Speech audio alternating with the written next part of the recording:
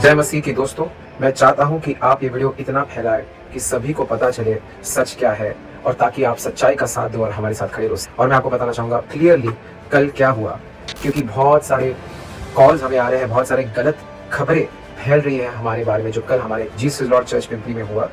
तो मैं हूँ पास्टर केनेथ, पास्टर हूँ जीसस लॉर्ड चर्च का, वाइस प्रेसिडेंट हूँ ट्रस्ट का। तो मैं क्लियरली बताना चाहता हूँ हुआ क्या है ताकि और कोई गलत खबरें ना फैले। कल हमारा रविवार का सभा आम तरीके से चल रहा था और हर रविवार की तरह हम इकट्ठा हुए थे आराधना करने और वचन सुनने, परमेश्वर की उपस्थिति में रहने।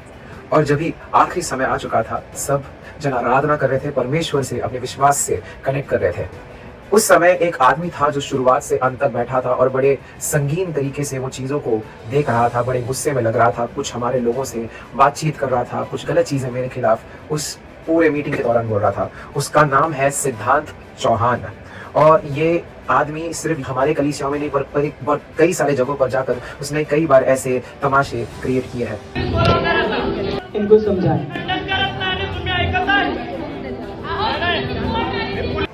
और जब भी सब परमेश्वर के साथ जुड़ रहे थे, इस आदमी का बर्ताव हमें थोड़ा अच्छा नहीं लगा, जिस हिसाब से वो बर्ताव कर रहा था, जिस हिसाब से वो आसपास के लोगों से बात कर रहा था। तो हमारे टीम ने बड़े अच्छे से उससे अप्रोच किया और हमारी टीम ने उसके साथ वार्तालाप, बातें करने की कोशिश की, क्योंकि वो संगीन तरीके से वीडियोस निकाल रहा था और वो जो उस समय पर चल रहा था उसमें पार्टिसिपेट भी नहीं कर रहा था।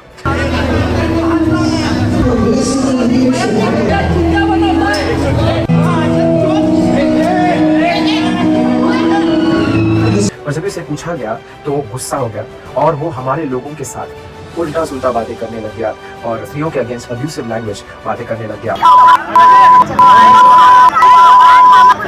और जो भी वहां पर लोग थे जो परमेश्वर के साथ जुड़ने आए थे, तो वो वहां पर बड़ा डिस्टर्बेंस क्रिएट करने लग गया, गालियां बकने लग गया, अब्यूज करने लग गया।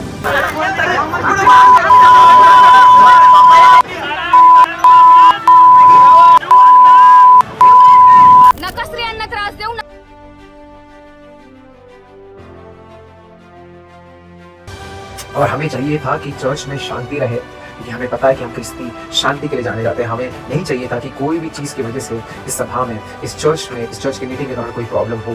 तो हमारी टीम ने उसे रिक्वेस्ट किया कि आइए हम बाहर जाकर अच्छे से प्यार तरीके से बात करते हैं। पर जैसे हमने उसे बाहर निकालने की और प्यार से बातें करने की कोशिश की, उसका गुस्सा और बढ़ता गया और वो वायलेंट होने लग गया।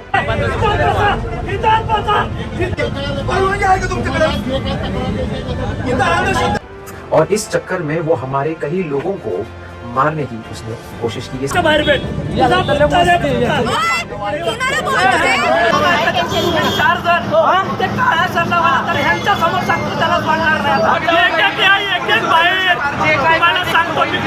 सब चर्च के अंदर हो रहा है जब भी लोग परमेश्वर से जुड़ने की कोशिश कर रहे हैं। और इस सिचुएशन के दौरान उसने उसके कई सारे लोगों को बुलाया और हमारे ऊपर झूठे दावे डालने लग गया, जैसे कि हम लोगों को कन्वर्ट कर रहे हैं, कन्वर्जन कर रहे हैं। आरक्षण खाता बाबासाहेबांचं धर्म परिवर्तन करता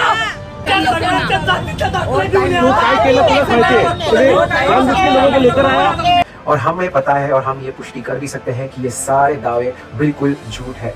मैं आपको क्लियरली बताना चाहता हूँ, हमारे चर्च में, हमारे कलीसिया में किसी प्रकार का कन्वर्जन नहीं होता है। हम किसी भी धर्म के लिए नहीं ठहरते, हम सिर्फ एक ही नाम के लिए ठहरते हैं, वो नाम है यीशु मसीह। धर्म बिल्कुल नहीं बदला जाता है, जिंदगियां बदली जाती हैं। तो ये बिल्कुल रिलीजन के बारे में या धर्म के बारे में नहीं है, ये अपना पर्सनल बिलीफ या वैयक्तिक फेथ के बारे में बताता है।